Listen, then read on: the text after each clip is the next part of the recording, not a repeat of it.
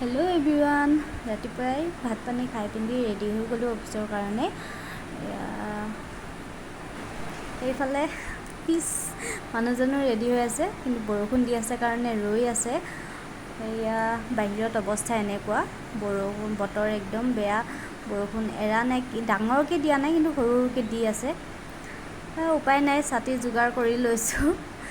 ছাতি যোগাৰ কৰি এয়া ছাতি লৈ লৈ আহি আছোঁ লাহে লাহে খোজকাঢ়ি আজি স্কুটি নিব নোৱাৰোঁ টমটমত যাব লাগিব বতৰটো বেয়া আজি বতৰ বেয়া বুলি খালী টমটম পোৱাই নাছিলোঁ যেনে তেনে এখন পালোঁ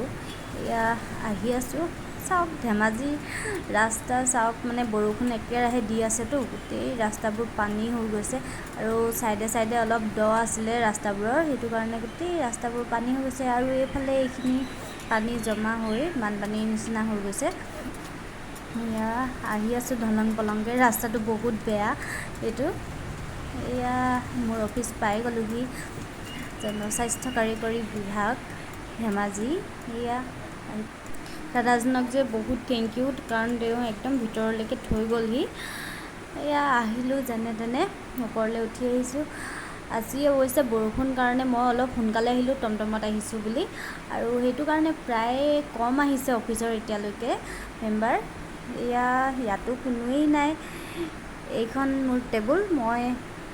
বেগকেইটাত থৈ লৈ পিনি আপোনালোকক গোটেই ভিউটো দেখাই আছোঁ অফিচৰ ৰ'ব এয়া চাওক খালি মানে বৰষুণ দি আছে কাৰণে গোটেই ফিল্ডখন পানী জমা হৈ আছে এইটো একচুৱেলি আমাৰ পুৰণা অফিচ আছিলে এতিয়া নতুনকৈ ইয়াত বনাই আছে এইটো ডাঙৰকৈ বনাই আছে আৰু সেইটো কাৰণে ফিল্ডত গোটেই শিল বালি আৰু ইটা জমা হৈ আছে যিসকলে আজি মোৰ প্ৰথম ভিডিঅ' চাইছে প্লিজ চেনেলটো ছাবস্ক্ৰাইব কৰি দিব বাই বাই